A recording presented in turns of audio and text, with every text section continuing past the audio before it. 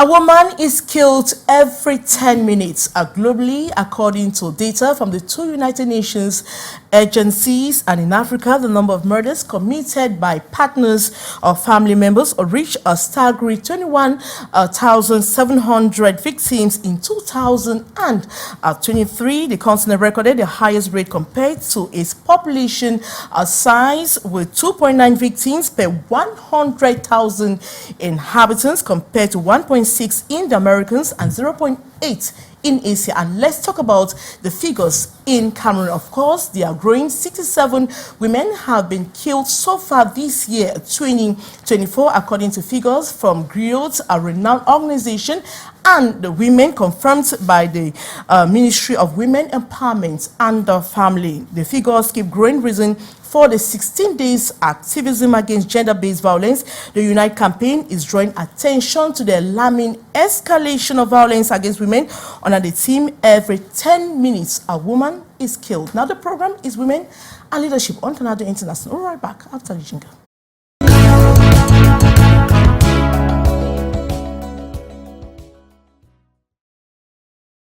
And in today's edition of your program, Women and Leadership on Canal International, will focus on gender-based violence. And we are questioning or asking questions why the growing problem, why it keeps persisting, what is Parliament doing about it. Now, why is the law so silent about it, and why is the community silent about a gender-based violence? What are we doing to make it end? And if you've missed our past editions, you can go to our YouTube page. You just type Canal International Women and Leadership. You type the thematic of the day, and you can watch all our past editions. And now the conversation begins just after this.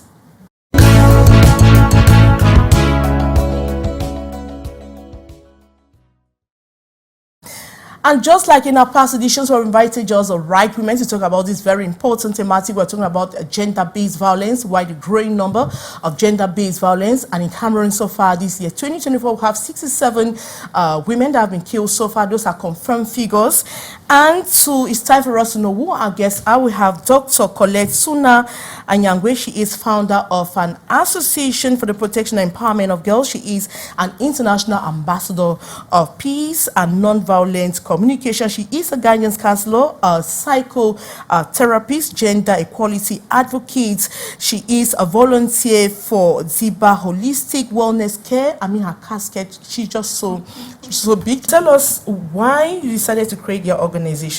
What's it all about? You're founder of Association for the Protection and Empowerment of Girls. Yes, being the founder of Association for the Protection and Empowerment of Girls, I decided to create this association because I personally have a passion for helping the girl child, helping women. Yeah, so I decided to create this association because through this association, so many girls are going to be sensitized or be empowered. They will not fall victims of what so many girls are falling into nowadays. You know, women and girls, they fall under the vulnerable category. And if the girls are not well trained, they become victims of gender-based violence. It starts at the base. Thank you so much. We're talking more about you in the course of the program. Thank you. And we equally have Barrister Reminds Amugu. She is a barrister with the Cameroon Bar Association, human rights advocate, women, widows, and children's rights defenders. You're welcome to the program, Barrister. And you have this passion for defending women. And now we are into the 16 days activity for the fight against gender-based violence. What have you done concretely, or what's your objective during these 16 days? Being here is one of my objectives. Being here is one of my objectives because I know being here, I'm going to be speaking to many women. I'm going to be speaking across the world, and they will hear more and understand more about violence being meted against them. We equally have Karel Kom. She is a national president of WAVA, Women's Rights of Women Against Violence in Africa. So small as she is, welcome to the program. Thank you, Maureen. Now, what pushed you to create such an organization that has an African connotation? Well, first of all, because I think I've because I've been a victim of domestic violence. And recently I was in South Korea to Mrs. Universe Cameroon, where the leitmotif is domestic violence. So with all that, when I came back, I said, let me create my little association on women against violence in Africa. And now we are in the 16 days of activism. So I'm very honored to be in the show today. Are you a Miss? Yes, I'm a Mrs. Tell us more about it. No, Mrs. is different from Miss. Miss Universe is our Miss Cameroon, Nora Jikam. She just came back from Mexico. Then Mrs. Universe is married woman, divorced or widow. Okay. And I'm divorced. All right. So you're Mrs. I'm Mrs. Universe. And you decide to create an organization to fight against gender-based violence because you have been a victim. Now we hear your story.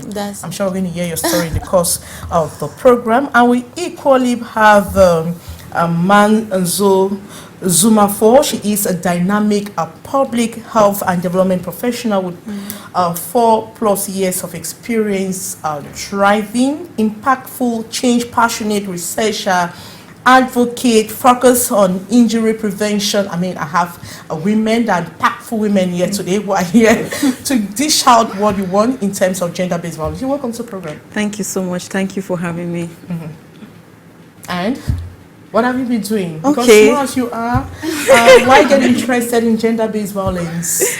Okay, I'm particularly interested in not only gender-based violence, but everything that has to do with the girl child, with women and with young girls in particular, because I believe that if they have the right education, they can be all that God has created to be, and gender-based violence is one of those things that can prevent them from achieving their full potential. So that's why I'm part of the 16 days activism, and that's why I'm here on the show today. And maybe if every young girl joins this campaign, I'm sure we're going to succeed, because we're going to send out more voices out there. We're going to reach out to as many people as we can, and that's the reason for the campaign. Now, before we get into discussing the subject of the day, I would like us to watch this report by Cynthia Latte.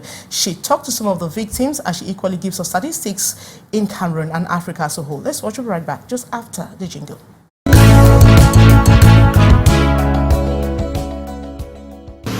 J'ai mal à la nuque. Bref, j'ai tout le corps qui me fait mal et qui me fait sauvagement mal. Mais j'ai pas les moyens pour aller à l'hôpital. J'ai pas les moyens pour aller loin avec mes enfants. Plus les jours se rapprochent, plus je sens que mes jours sont comptés. The cry of another woman echoes the unrelenting pain inflicted by a partner she once loved and trusted.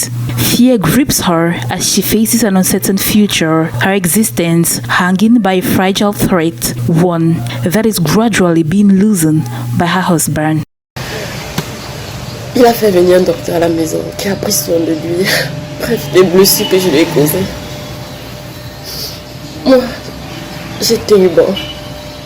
Parce que il y avait mon fils qui était malade. Mais cette nuit, j'ai pas dormi. Parce que ça ne va pas.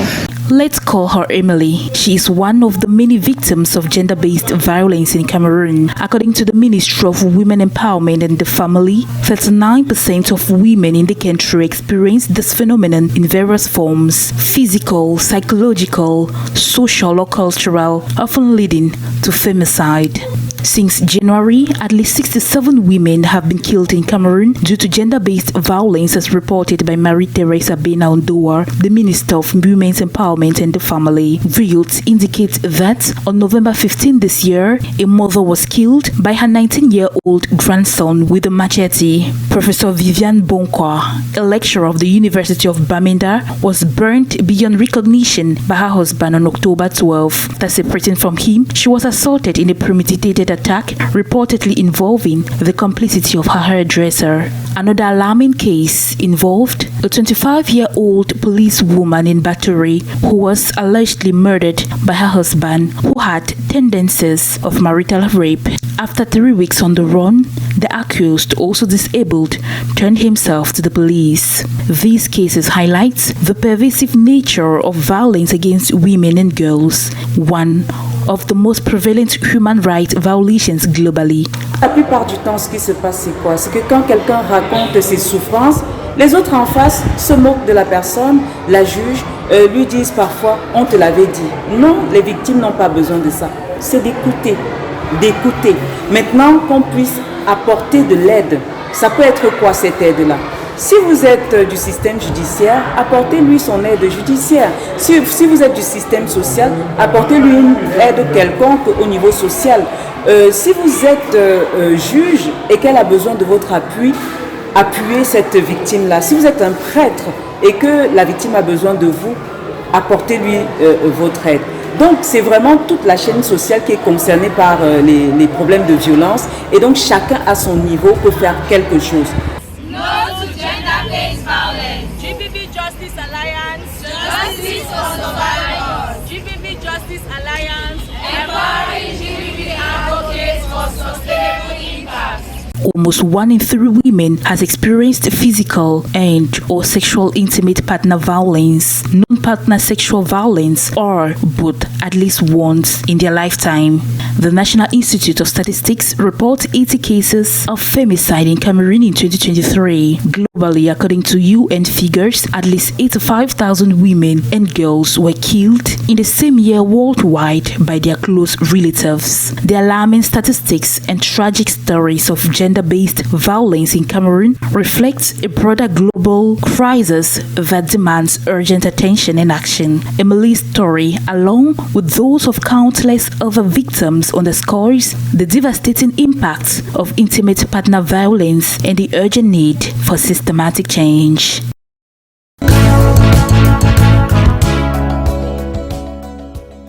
And thank you so much, Cynthia Lato. We are right here with our guest. And my first question goes to Dr. Colette. Now, let me start first with the statistics, right? Because from the statistics, we have 67 women that have so far been killed in Cameroon. Now, when you get those statistics, now, how do you feel?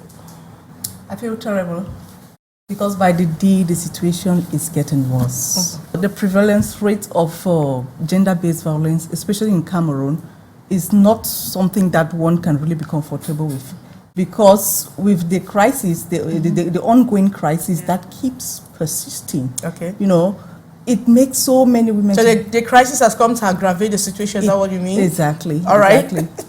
Now, Barrister, now 67 women killed so far. That's what has been documented, because I know there are a lot of women out there whose own cases have not been recorded. Now, statistics, are you comfortable with those statistics? I would say yes, because it's coming from you.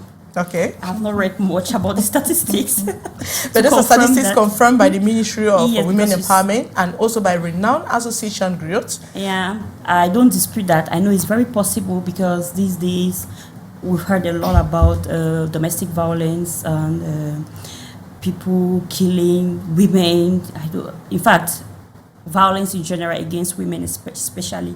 I think one of the reasons why it persists is because many of these women don't speak up. They don't speak out. You have very few courageous women, women like our sister here, who come up to say, I'm divorced in front of the camera because I've been a victim. It's very hard to see. So that's one of the reasons. And secondly, sadly enough, domestic violence is still considered a private matter. And law, the legal system as a whole, they don't really take it seriously. They will attempt judging the case, they will attempt reconciling the parties most at times, but usually at the end of it all, they will say it's a couple. It's her husband. What shall we do? But the time or at the moment that the man starts hitting you is no more a private matter.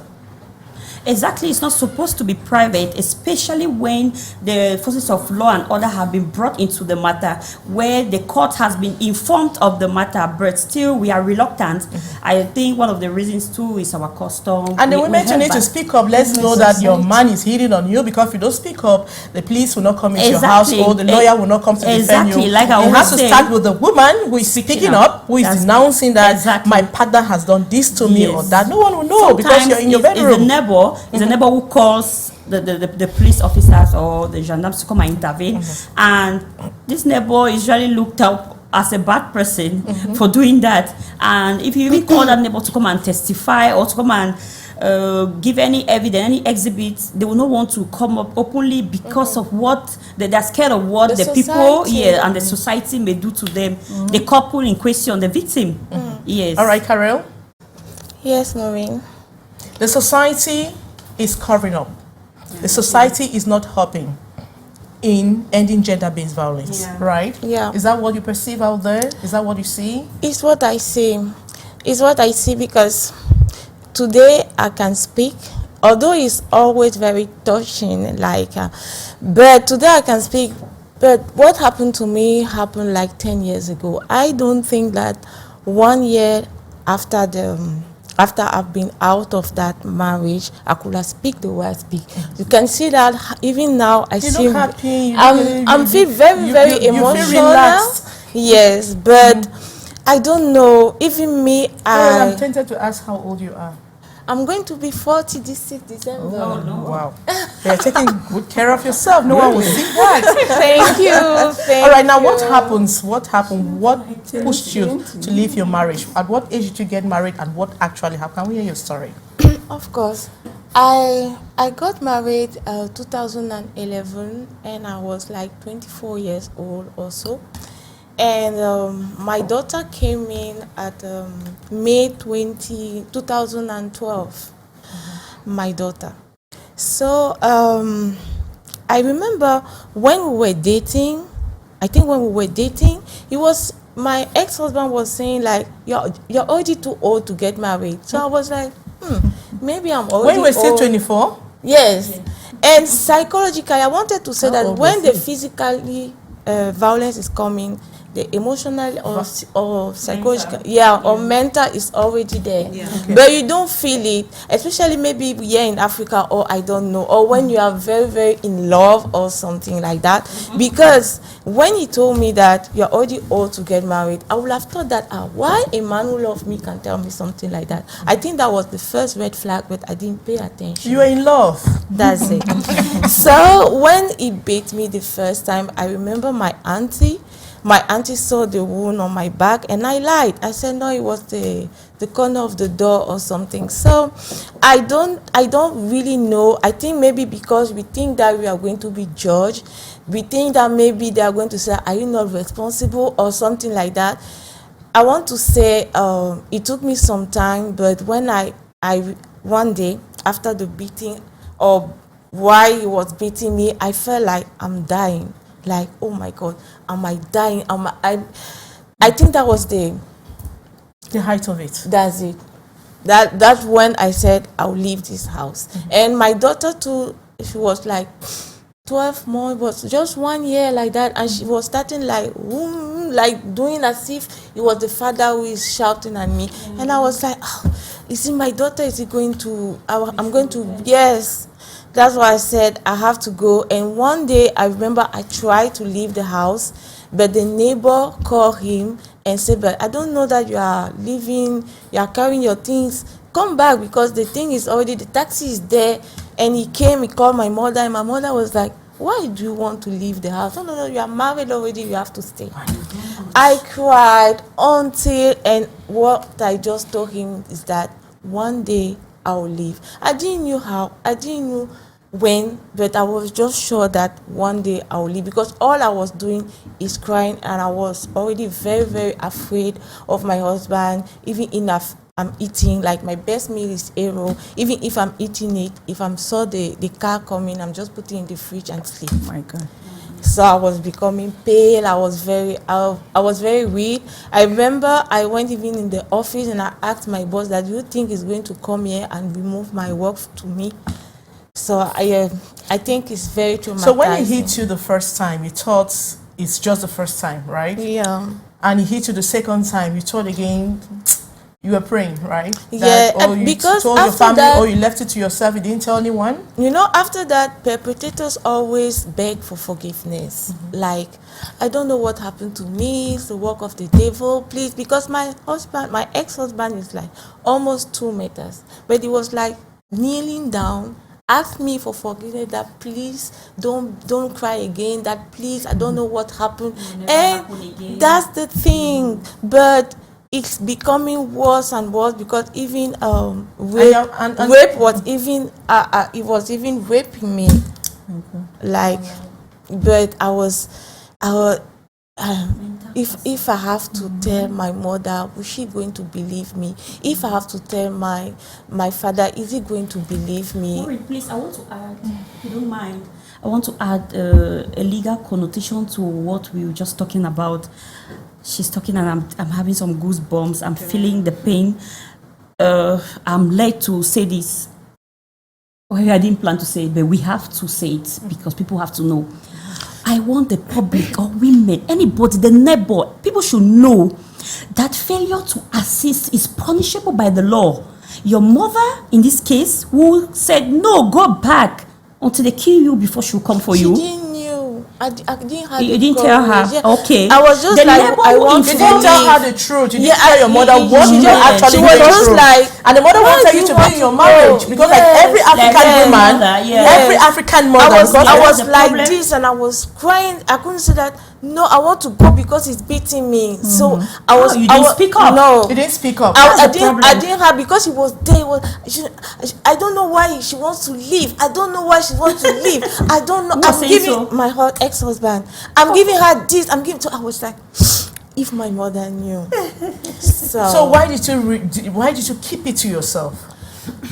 You were The scared problem of is that what you the don't people, even they will know judge you how or- to start saying that. You don't even know that if you have to say that, that day I came back, he was angry and he just took the belt and beat me. You don't even know how to say, because the day I left my husband's house, because he came to beat me in front of my mother. That's when she saw that and you beat her here in front of me, and he was like, hey. So my mother was like, and you want to beat me? Okay, That's what the she that's the understood. last day I went to Daddy's house. That's All how right. we separated first. Thank you so much. At least you did something. You Yeah. protected your own life first, because a lot of women have died in their marriages in the name of marriage. They didn't have the courage to do what They you didn't. did, right?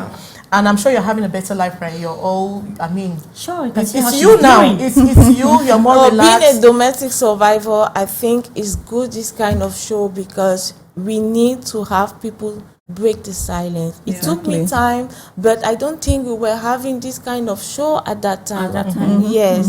So it's not easy at all, but the courage to speak out for me is the first step towards freedom. All right, now let's revisit some few causes, right?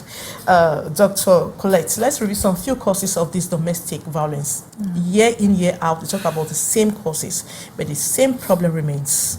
Now, where do we push the problem to? Or where do we attribute blames? Actually, we attribute blames first to the society. The society who have their own perceptions. You know, they have their perception. Imagine that she was talking to her mom about, even if she did not talk to, she had fear in her. She had fear in her that maybe if I tell my mom that this is what I'm going through, what would she think? What would the society think of me? They'll think that maybe I have a failed marriage, you know.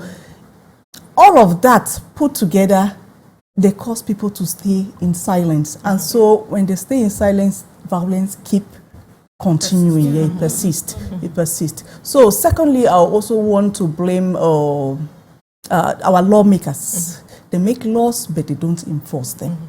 Yes, because if these laws were enforced, they ensure that perpetrators are punished. I think things would have moved to a better footing. Okay. But on the contrary, when you have those perpetrators, today they are locked up, the next day, you know, they are detained. You know, you don't really feel the impact, and so. And thirdly, lack of, I know there is a lot of sensitization that is going on gender-based violence and stuff. There are a lot of civil service organizations that are carrying up that role of sensitizing, so that people should be aware about the consequences of gender-based violence. You know, some people are experiencing it without even knowing that they are into it. So if there is sensitization, a lot of it, I think it's going to help this situation. And Manzo, you're into sensitization, right? Yes, Now, I am. what do you do exactly? And who do you touch? What's your target? Okay. Can I just take Because this thing starts from the young girl. It starts from the home, and we tend to neglect some of those things. And the children grow up with it, and then they start beating their mothers. Manzo, please talk. I don't want to be emotional yet. Like I was asking if I can just take a deep breath in and out, because hearing Carol's story, I got really. She's a courageous girl. She's indeed courageous. I got really emotional. Okay, I think that sensitization starts at the level of the home. I believe that the family is the unit of every society. If we have a healthy family, we have a healthy society. So just take, for example, you have a home where the father is truly a man, and the mother is truly a woman. You not have men who are beating up their husbands because they have observed from their fathers how to treat a woman. Understand that as a man, you're supposed to protect a woman, you're supposed to ensure that she's not in danger. Also, if a man sees that if this woman is not every woman is either your sister. Every woman is your sister. If she's not your wife, for example, you take every woman as your sister. Every woman as if your you're married, as your mother. As if your you're mother. married to a woman, see the woman as your mother. Exactly. See her as because you don't want anyone to hurt your sister. Hurt your sister You don't want or anyone hurt to your beat mom. your mother. Yes. So if every man sees women as their sister or their mother, they'll have more compassion towards women, and they'll know that, okay, even if this woman is in a vulnerable position, how can I protect her? Some people say, okay, because the woman was moving naked. If she's naked, get a loincloth, cover her up. They're not supposed to dress this way. And also, I think that also starts from the foundation, even in building relationships. How do we educate young girls to build healthy relationships with themselves, with their peers, and also engaging in healthy relationships with the opposite sex? Because if you're able to understand what it looks like to build a healthy relationship, you identify these red flags even from the slightest thing somebody says. So what do you tell the girls? Because I know you meet them every day. What do you tell them?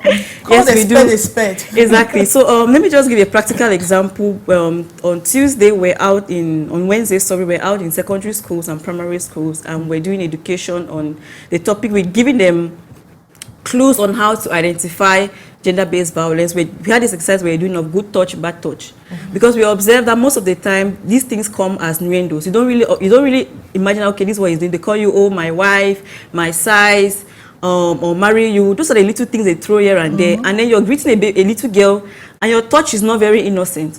So if you're not able to identify those things, you can easily get violated, and you don't even know. And sometimes too, even it's not just the women who are violated sexually or abused, even men too get abused. So it's gender-based violence, not violence against women only. Yeah, so men also get abused. So even for the boy child, because you realize that most of them have been abused either by older men who live with them or their nannies who take care of them. Educate them. Nobody should, even if somebody is bathing you, parents should ensure that only their parents themselves bathe their children. Not allow your kids to be bathed by strangers. All right. But now I'm talking about women. Because the cases of women are more alarming than that of men. Women are being killed every day. Okay. I don't know if you've heard of it's true that men are also being violated, they are being abused. But they don't speak up. That's why we don't have the statistics. But they don't speak up. Tolerant. And men will shy away. No man come and say I was beaten by my wife. Exactly. Right? Because you know they are the stronger sex. That's why we should talk about the woman will always come go, no, the woman, you are protecting the woman because she's a weaker sex. The moment he has, she's finished. And we don't why do you even beat? Why? There are other ways of doing this thing going around. Now I want us to look, we are still looking at some of the root causes because we have education. Is there a problem with education? Is there a problem with our community? Is there a problem with the parliament? What about the MPs who have in parliament? What about the sanctions? What about the law? Merch, I'm coming to you for that. Okay. Maureen, the laws are there. The laws are there. Like we earlier said, we have a problem with implementation of those laws. Reasons we've just cited here, some of them being customary ties. We are still held back. We are in Africa. We are still held back. Abroad, in developed countries, a man will beat up a woman.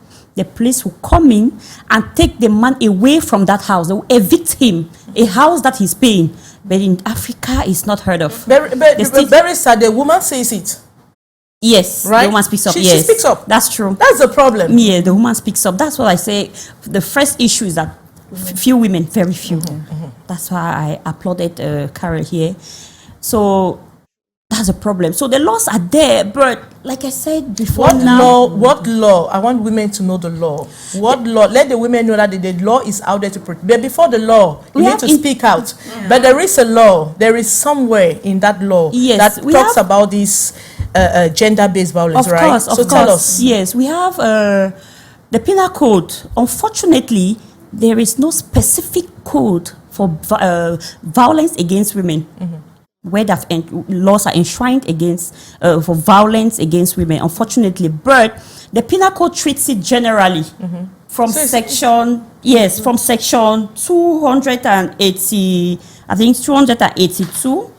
Let me be specific. From section 278, sorry, to right up to section 281. Yes, it's talking about assault generally, like I said. So there's no specific law for women linked or that for gender-based violence that protects a man or sanctions. Let me put it that way: sanctions a man. Yes. Who beats up a woman. Unfortunately, there is none. Because there was a law. I'm sure a lot of things would have advanced, right? Yes. But unfortunately, the law is just so broad and it exposes. Yes, it's general. It protects everyone. Yes. Assault occasioning grievous harm, assault occasioning simple harm, assault occasioning slight harm. We have sanctions between 5 years up to 20 years imprisonment term, and pecuniary sanction, that's fine from 5,000 right up to 500,000. But unfortunately, like I said, it is not specific. It's general, and it is tried. Such cases are also tried in the general criminal courts.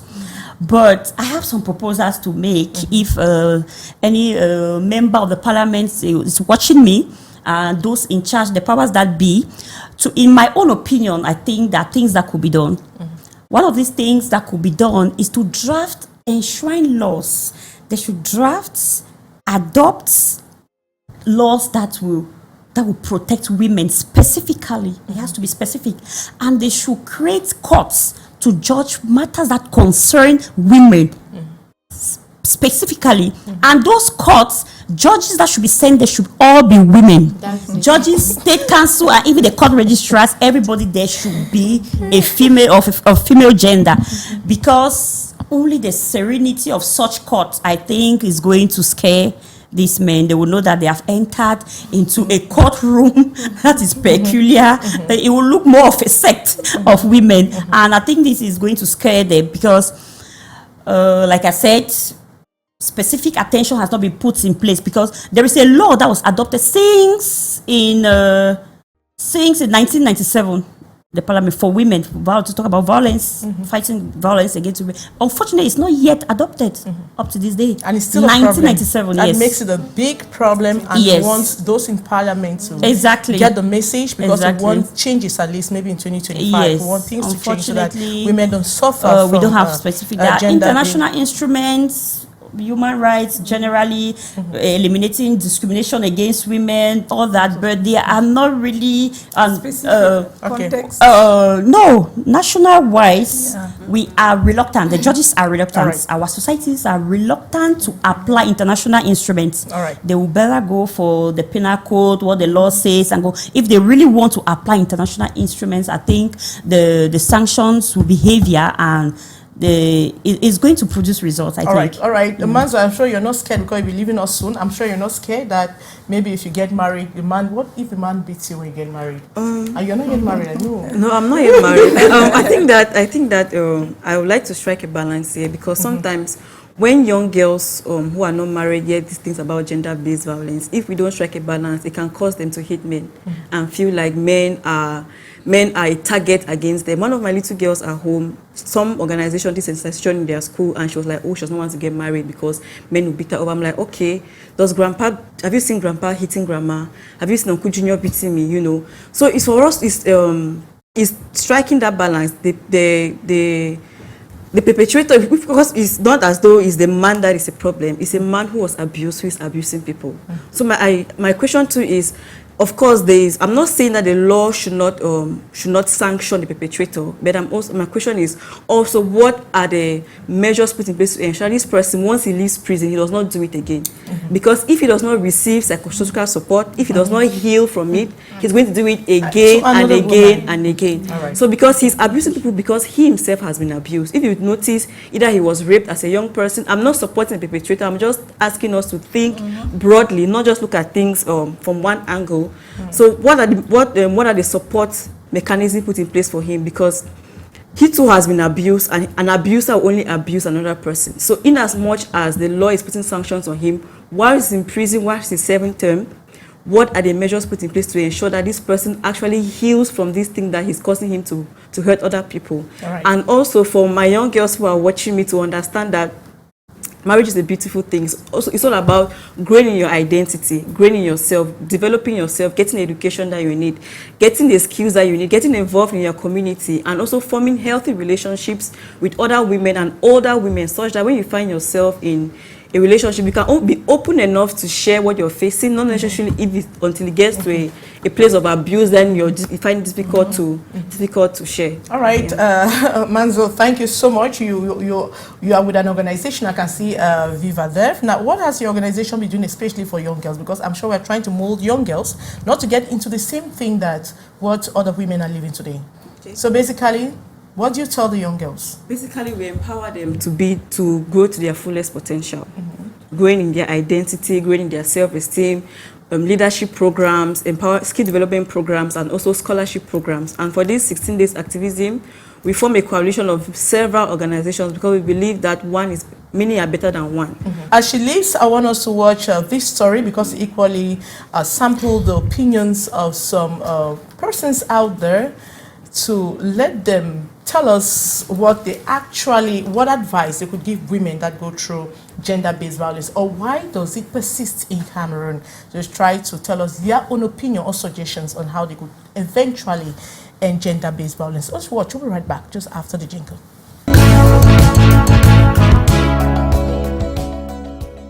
When I was 9 years old, my dad wasn't around. My mom works and she has to leave the house and go out to look for means, or let's say she was doing business and she was in the market. And we had this neighbor of ours who looked way older. I think he was in his mid-30s. And back then he acted as an elderly person to us. It was like a family, and we felt comfortable around him, calling him uncle and all that, and we were free.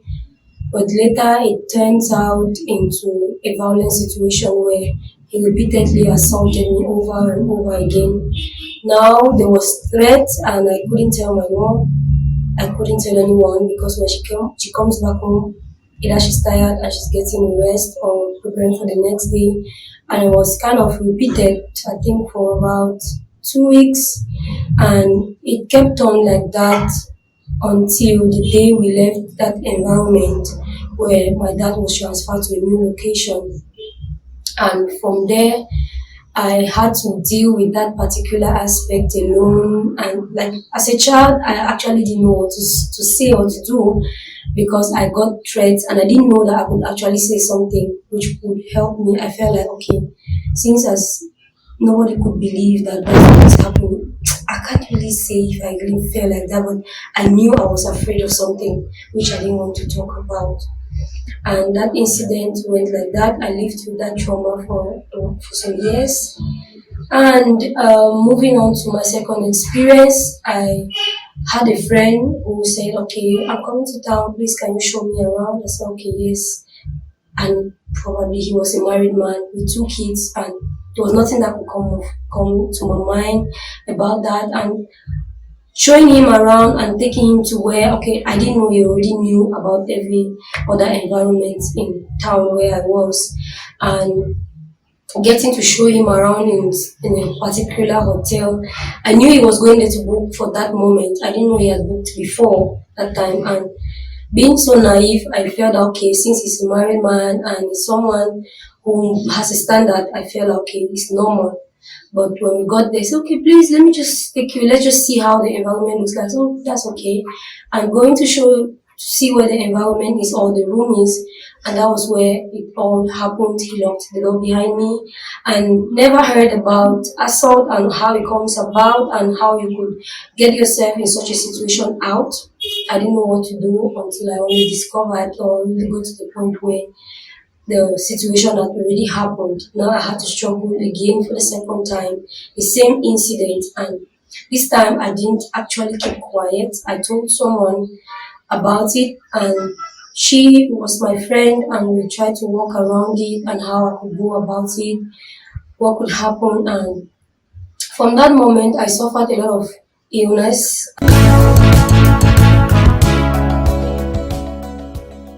Welcome back. Another person or another strong lady has joined us. She is an artist and she's called Shili Wawaye, and she's a multi-talented researcher, songwriter, singer, promoter of indigenous music. I can continue saying this and say that till tomorrow, but all you need to retain is that she is a powerful artist. And she's right here, and since we're talking about women, she is a woman. And I would like to find out from her how she uses, how can music be used to end gender-based violence? Have you had thoughts about how music can eventually be used to end gender-based violence? Imagine everybody singing a particular song on gender-based violence. I've not heard that. Or there are songs, but if more artists get into it, please, Shili, you're welcome. Thank you so much, and hello to every woman on set. It's a pleasure for me, Shili Wawaye, to add my voice to remind women that we are so special. We are born different. And the Bible says we are worth more than rubies. So every woman out there should first of all put in their mind that they are powerful, they are special, and for no reason should any woman feel that she is little. She is small of who she is.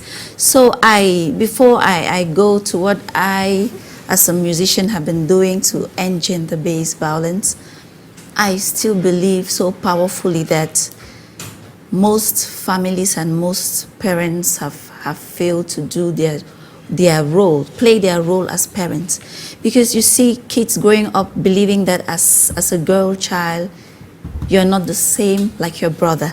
Some chores are given to you while your brother is sleeping. And tomorrow when you see that same brother beating on the sister, is what the parent thought. Okay. So I believe that it is high time parents, we start doing our work. Like I did in one of my songs, I said, be an example. All right, Shili, your point is clear. You're pushing the blame on mothers, on parents, and we have the girl child and the boy child upbringing. Today, a lot of parents focus on the girls and neglect the boys. I don't know if it's about training of the girls. We start grooming that young boy, telling how marriage should look like. You don't need to beat Dr. Colette. Is it about the education? We look at education in the homes. Do you think parents have failed at that level of bringing up their boy children? Our culture believes that because you are a boy child or because you are a man, you have to carry out some autonomy over a woman. You know, when you have that kind of perception and you have children at home, the children grow up to see how you're treating maybe their mother.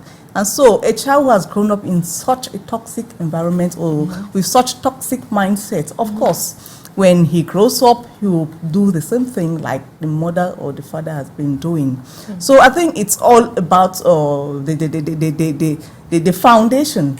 Because if the foundation is not strong enough, if the education at the level of the home is not good, then just know that, of course, that child will grow up. As the child is going into the society, school, even wherever the child finds his and you're a guardian counselor. I'm sure you're getting a lot of those stories. Exactly. You can say that again.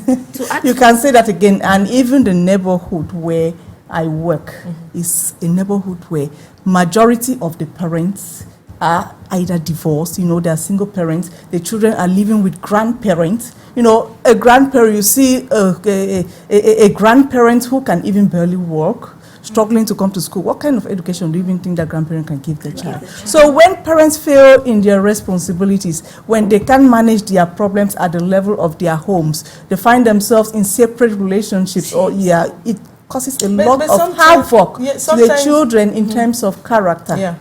their character Now, becomes... I agree with that. Yes, Now, to add to what she's saying, I want to say the first teacher, the first school is home. You're the parent, you as the mother, it's your role to tell your child, your girl, you're beautiful, you're strong. Because you see, most women, let's say 80% are suffering from Inferiority complex. lack of confidence, complex issue. They don't, you see a beautiful woman, but when you engage a discussion with her, you discover that she has a lot of insecurities. She doesn't feel free. She thinks this or that is not okay.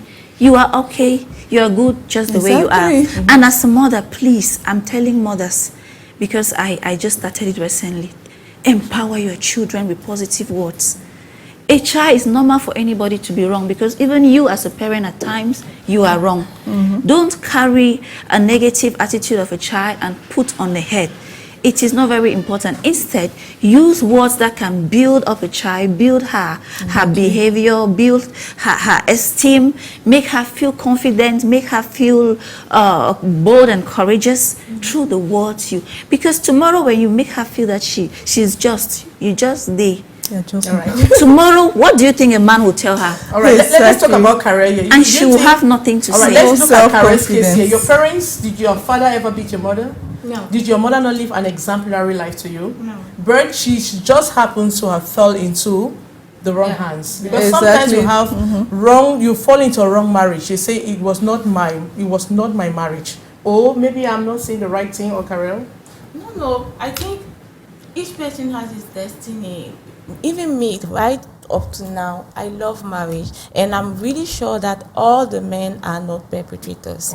But but we have to be careful. We are in the 21st century. We are talking about feminicide. Open your eyes, be in love, okay, but being aware. Be smart. Why smart? Not the man you're getting married to. Don't just fall in love like that. And watch out on the red flags once you start seeing the red flags. And I wanted to say also that it's not only abusers or the abuse who is going to become abuser. Yes, because I think also because of the parent should teach as the girl, as the boy, confident, because I think some men are growing the lack of confidence. They are sitting drinking with their friends, and you will say a young man who got married will say that, oh, this my girl did this in the house. The other one will say that I cannot allow my woman to do that, I will slap her. Then you go in the house, in the home, and slap your girl. Why? Maybe your friend was even lying. Because you lack of confidence, or because you were not brought up enough, or something like that. Let me tell you something. First, being married to a man, you become the priority of that man. If you are not his priority, to me, it's a red flag. Because even the Bible says a man will leave the family and click to the wife. So if a man doesn't cherish you to an extent that makes you very comfortable, my dear, start thinking of leaving. Yes. Secondly, an abusive person may be even verbally abusive. You cannot be with a boyfriend and he says, close your mouth, close your smelly mouth. Or you say something and he said, get out. No, that is a red flag to me. Because from that get out, if I respond, say you to get out, it will become a blow or a slap. So I think that's a red flag. Yeah. All right. Carol, what are some of the red flags? You have been through it, you saw the red flag, and you had to leave. Yeah. I have... Very briefly, now like this, I can imagine that those were red flags. Because if I knew it was red flag, they wouldn't have beaten me. I think so. So as the lawyer said, verbally, there are some things that is not normal. Like I said to my own, how can my man say at 24 you're already old to get married? That was means that he's just helping you and he's getting married. Means that's he's just saving. Oh my God, that's the thing. That's the thing. So for me, a man should not be saying, if he wants to get married to you, like now that I'm 40, he should get married to you. That's all.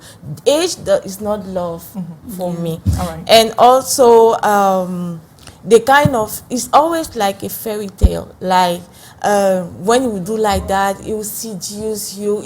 You just really think that it's my Prince Charming is Romeo. Yes, and after that it's going to be like kind of isolation, because sometimes if I want to go and see my mother, maybe she's not well, he will be like, why do you want to go there? You cannot stay here. You cannot stay here. Like, I have to be only with him, only with him. This is not normal. But I'm sure that you knew him before you got married. You saw some character traits in you and you loved him. But subsequently it changed in the marriage. It changed, and you don't see when you're in love. You know. And you decided to, because you didn't want to die, right? You were just scared of dying. Of course, and my daughter too. I remember I took the knife one day because I wanted to protect myself, but I said to myself that, oh my God, if I have to kill him with this knife, I'm the one going. Yes, I'm the one who will be going to jail. And they will not even think that he was beating me. I have things on my back, for example. No, and I also want to tell the lawyer to emphasize on the fact that rape is a form of violence. Of course. But women think that when you're married, rape in marriage is a form of violence. Irrelevance. The place is so. Can we listen to Carol? But it's not easy to a woman to say that he wanted to make love with me, but I didn't want, but he forced me, and while he was doing it, I was crying, and when he finished, he just slept, and I was there crying, because that's what happened. But I don't think that's making love in the marriage. It doesn't. It's supposed to be enjoyed and not be that way around. And the man is supposed to even pamper you, right? Yes, I talk about priorities. A good man should understand when you are not in the mood. He should either try to put you in the mood or let you be. He should understand when you are tired. And a lot of women are not talking, but that's what they are going through. Yes, actually. A lot of women, I'm talking about the red flags here. I want the women to know the red flags, because a lot of women don't even know about the red flags. They just see it happen and they say, I know be waiting. Like this, like that. If a man makes love to you like that, it's a red flag. Okay. Yes, it's a red flag, right? Yes, Shirley, red flag. All right. You see the animosity. If you're with a man for years and he has never told you you're beautiful, he has never appreciated you. In fact, he just feels like he's a normal person, you know. He normalizes everything. No matter the efforts you put, you do a beautiful hair, you do a good job in the house, you cook good food, you try to do good services like a good wife. He has never appreciated you. It's a red flag. It's a red flag. And worst of all, a man who never says he's sorry, even if he's wrong. He thinks it's his right, or he thinks he's giving you favor by being with you. Just start running. All right. But again, a lot of women will not go out because they're not economically empowered. Doctor, it's like, I don't born, I have children, where do I go to? How the society look at me? How my family look at me? It's about judging women, right? Doctor? Yes, it is very common. When you see women who suffer in silence, you know, they don't want to speak out, especially when they're undergoing some of this gender-based violence. You see, majority of them are those who are not economically empowered. You know, there are those who keep depending on their husband. Your husband has to give you money for food, have to give money for the children's school fees, money for back. I mean, you know, when you depend, your whole life depends on somebody. Of course, there's no way you can abandon that relationship because you know their life depends on it. But on the contrary, if a woman decides to be economically empowered, of course, if you realize that there are red flags, it starts ticking in your mind, and you start taking some steps or some measures, you know. If it gets to this level, then I should be ready to So we're telling every woman to be economically empowered. Exactly. You can do anything, you can sell anything, just like you need your own. It doesn't matter how rich your husband is. It doesn't matter how much your husband gives you as, let's just say, your pocket money. But you, as a woman, you should be proud enough to have your own income that you can depend on, do things the way you want. Now, barrister, now how are such cases handled in court? How do we give hope to those who are going through gender-based violence, especially women? Can they comfortably have a lawyer or have lawyers that can defend their case and then see how the problem can be solved? Because at one stage, it's like women are like, if I take it to court, it will instead drain you financially, it will drain your energy and everything. Is it, how do you handle such a matter in court? Is it handled? It is. What are the different stages? Maureen, I can proudly tell you, if there is a case that the judges have taken seriously. I mean, seriously, it's a case of gender-based violence against women. I've witnessed it. I've had cases, and the judgments were favorable. They don't, I really appreciate that fact. Even if a male judge don't joke when it comes to violence being meted on a lady, on a woman.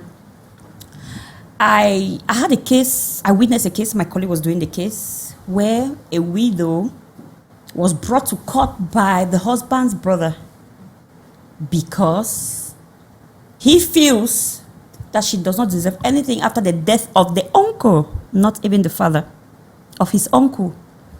And I don't know what happened along the line. There was a missing document, and the man was insisting that the state, he handed that document to the state. And the state picked offense, and right there, that man was, they gave him a remand. They remanded him in custody. A remand warrant. They kept him right there. Do you know what the state said? He said, not only you're lying against me, you're lying against even this woman. This your action now just showed me that everything about this, everything you said here, all the statements you made here were lies. Meaning So, that women can actually have confidence. They can They have should just confidence. denounce. Yes. They should break the Especially for silence. those women, and then the next person will take it up. Thank you. The Even for case. those women who feel, who are not yet empowered, they are not doing anything financially, and they feel they cannot go to anywhere with those children, the responsibilities, they cannot carry the responsibilities. If they speak up, they have a solution. The court will order the man's salary to be deducted for the purpose of taking care of those So children. the solution here is breaking the silence. Silence. If you break the silence, even your neighbor will help you. Yes. If you break your silence, even the church can help you. We have a Exactly. lot of organizations out there that are just waiting to hear a woman cry somewhere. Yes. And they land before your doorsteps. Exactly. And they're ready to with pick up that such case. cases, Maureen, let me emphasize that with such cases, I do the pro bono. Pro bono means free of charge. I don't charge anything for that. It means that there are lawyers who are ready to defend Yes, women they are who lawyers. are beaten or going through abuse from their husbands. And the Exactly. lawyers can do it free for you. I can And do you it regain free. your freedom and your, Exactly. I've had Just cases denounce. where even the divorce. And then we have a call center everywhere. We have it online. We have a call centers in different the ministries of women empowerment and the family. I've been to those call centers, but women don't denounce. That is the problem. Women Exactly. keep it. Exactly. But now there's another problem with communication. Now, I don't know if the women get the messages from the grassroots women. A lot of women are suffering. It's true we have 67 women. But is that all about the women killed? Those are women killed. I'm sure there are others that have gone unreported because maybe it's hidden somewhere Exactly. and we don't know. Yes. But now, what are organizations doing, especially to push governments to ensure that women are protected? I want to start with you, Dr. Claudette. Okay, Colette. thank you so much. Some organizations, they are doing a lot as far as Your that's organization, what's it doing? concerned. My organization, it's true, my organization is a young organization. So You're also with VivaDef. I'm with VivaDef. Yes, for VivaDef, we have safe spaces that we have created. When those survivors are identified, we have safe spaces that we can keep them and then carry out psychosocial support for those victims and refer them to other authorities where need be. All right. Yes, and also collaborate with government officials, to help them through. And what should government do? Yeah, Because we want the parliament, we want the MPs, they should listen to us. What should be done to ensure that women are protected when it comes to violence, domestic violence?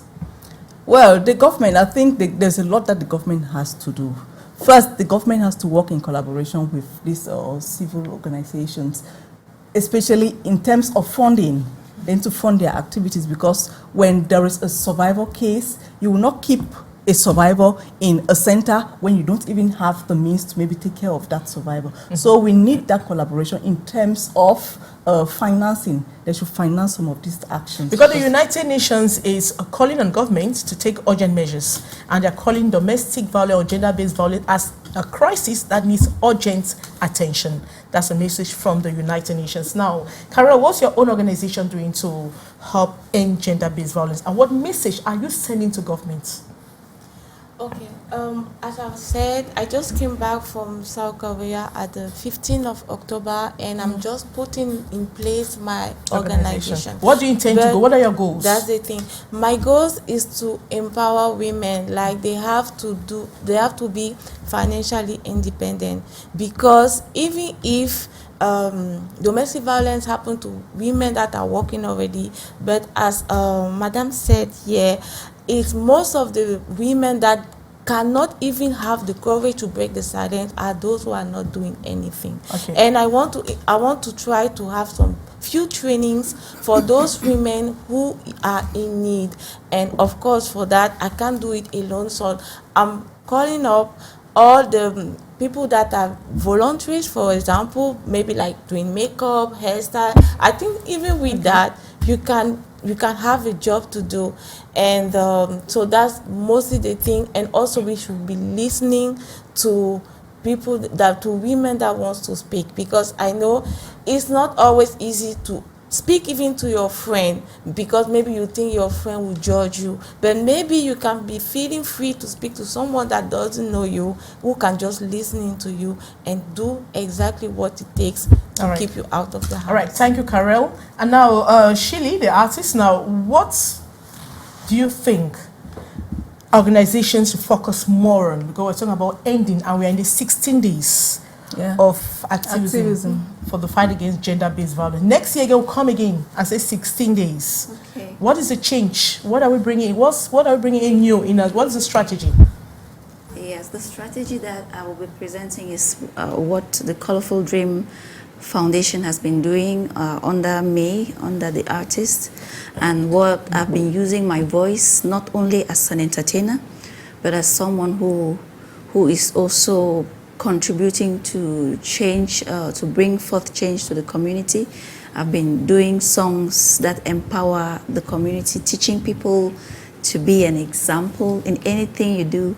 Be an example, oh, an example, sois exemplaire. Be an example in any little thing you do. Be you a housewife, be you a husband, be you a child, be you a journalist. Let your actions and your ways bring forth life. And in the Colorful Dream Foundation, and I'm really glad to say, we created an empowerment center, Wawaye Empowerment Center, where we brought forth this, we have brought this internally displaced young girls whom we are training. We have trained almost 10 of them.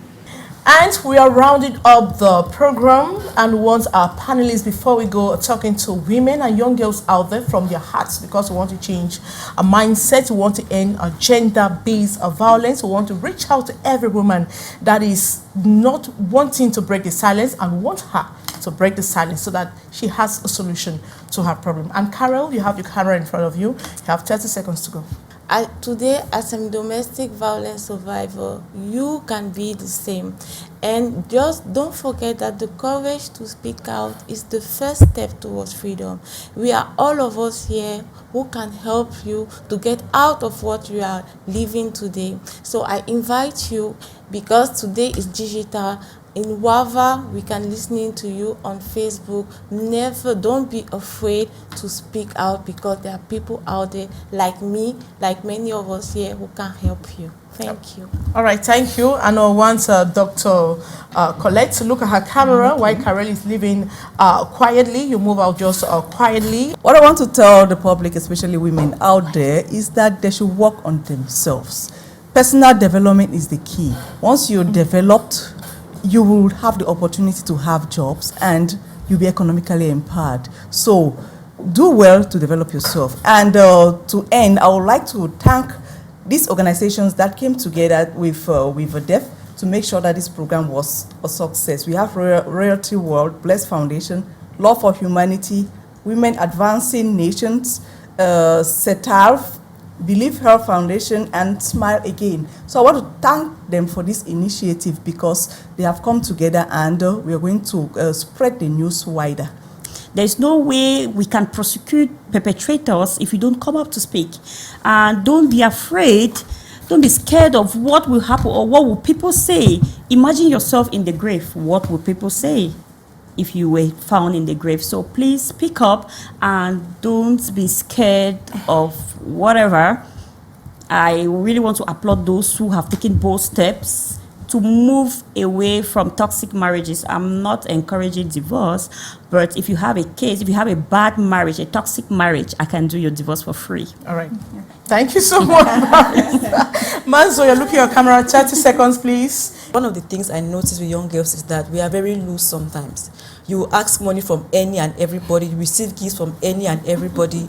So build yourself, be a woman of value, be somebody whom not just anybody can approach you. Not like you're not approachable, but then when people approach you, they approach you with honor and respect because you carry yourself with honor, you carry yourself with dignity. So set boundaries and make the best of your life. And just also, I'd also like to iterate that on the factor of family, yes, that fathers should truly be fathers because they are educating their boys how to treat boys, how to treat women, and they're educating their girls how to receive love from men. Thank you so much. Thank you. And we have the artist, Chili. You're looking at the camera, 30 seconds to go. You're talking to women out there, you're talking to young girls. And we're talking about gender-based violence.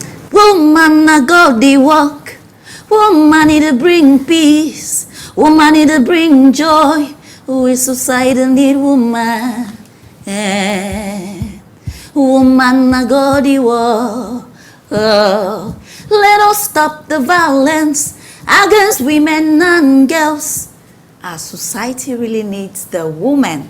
Woman, you're beautiful. Woman, you're powerful. I love you, woman. And talk to the men. I want someone to talk to a man now. We need to talk. We cannot just be talking to women. We need to talk to men.